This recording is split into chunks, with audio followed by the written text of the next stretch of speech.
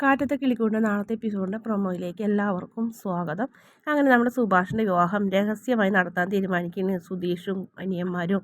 അപ്പോൾ സത്യങ്ങളൊക്കെ പറഞ്ഞിട്ടുണ്ടെങ്കിൽ നമ്മുടെ സുഭാഷ് സമ്മതിക്കില്ല എന്നറിയുന്നത് കൊണ്ട് തന്നെ സുഭാഷ് ഏട്ടൻ ആ വീട്ടിൽ നിന്ന് പോയിട്ട് അനിയന്മാർ ഉപേക്ഷിച്ചിട്ടുള്ളൊരു ജീവിതം സുഭാഷ് ഏട്ടൻ ഉണ്ടാവില്ല എന്നുള്ളത് കൊണ്ട് തന്നെ അതറിയുന്നത് കൊണ്ട് തന്നെ നമ്മുടെ ഹരീഷും സുധീഷൊക്കെ കൂടി വിഷമത്തോടെയാണെങ്കിലും സമ്മതിക്കുന്നു. അങ്ങനെ ആ വിവാഹം നടത്താൻ തീരുമാനിക്കുന്നു. സുഭാഷിനെ കൊണ്ട് സമ്മതിപ്പിച്ചു. ആ പെൺകുട്ടിയുടെ വീട്ടുകാർക്ക് ഇഷ്ടമായി, അവർക്ക് കുഴപ്പമൊന്നുമില്ല. അന്ന് എന്തോ ഒരു തെറ്റിദ്ധാരണയുടെ പുറത്ത് അത് വേണ്ടാന്ന് പറഞ്ഞതെന്നൊക്കെ പറഞ്ഞു. കല്യാണം നിശ്ചയിക്കുന്നു. അങ്ങനെ ഈ നിധിയോട് സുധീഷ് പറയുന്നു, എന്തായാലും കല്യാണത്തിന് മുന്നേ സത്യം അറിഞ്ഞാൽ സുഭാഷ് ഏട്ടൻ സമ്മതിക്കില്ല, കല്യാണം കഴിഞ്ഞിട്ട് അറിഞ്ഞാൽ കുഴപ്പമൊന്നുമില്ലല്ലോ, അങ്ങനെ ഒരു തീരുമാനത്തിൽ എത്താമെന്നൊക്കെ പറയണേ.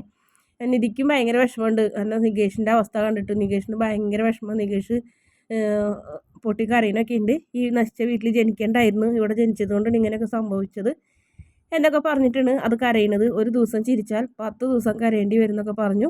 അപ്പോൾ ഹരീഷ് നമ്മുടെ നികേഷിനെ വഴക്കൊക്കെ പറയുന്നുണ്ട്, നീ ഡ്രാമ കാണിക്കല്ലേ, ചേട്ടൻ്റെ വിവാഹം നടക്കട്ടെ, ചേട്ടൻ ഇന്നും നമുക്ക് വേണ്ടി ഇവിടെ ജീവിതം കളഞ്ഞാൽ മതിയോ എന്നൊക്കെ ചോദിക്കും. അപ്പോൾ ഹരീഷിനെ നിധി വഴക്ക് പറയും, നീ അവനെ വഴക്കൊന്നും പറയണ്ട, അവനും സുഭാഷേട്ടനും തമ്മിലുള്ള അറ്റാച്ച്മെൻറ്റ് അത്രയ്ക്ക് അടുപ്പമുണ്ട്, അതുകൊണ്ട് അവനത് താങ്ങാൻ കഴിയില്ല, നീ അവൻ്റെ വിഷമം മനസ്സിലാക്കണം എന്നൊക്കെ പറയും. അതല്ല ഏട്ടത്തി, എങ്ങനെയെങ്കിലും സുഭാഷേട്ടന് ഒരു ജീവിതം ഉണ്ടാവണം, ഞങ്ങൾക്ക് വേണ്ടി കുറേ കഷ്ടപ്പെട്ടിട്ടുണ്ട്, ഇനി അത് പാടില്ല, ആ ഒരു ഉദ്ദേശം എൻ്റെ മനസ്സിലുള്ളൂ എന്ന് പറയും. നിങ്ങളെല്ലാവരും ഉദ്ദേശം എനിക്ക് മനസ്സിലായി, എല്ലാം നല്ലതിന് തന്നെയാണ്, എന്തായാലും നമുക്കപ്പോൾ ഇത് നടത്താമെന്നിങ്ങനെ തീരുമാനിക്കുന്നു നിധിയും സുധീഷൊക്കെ കൂടിയിട്ട്.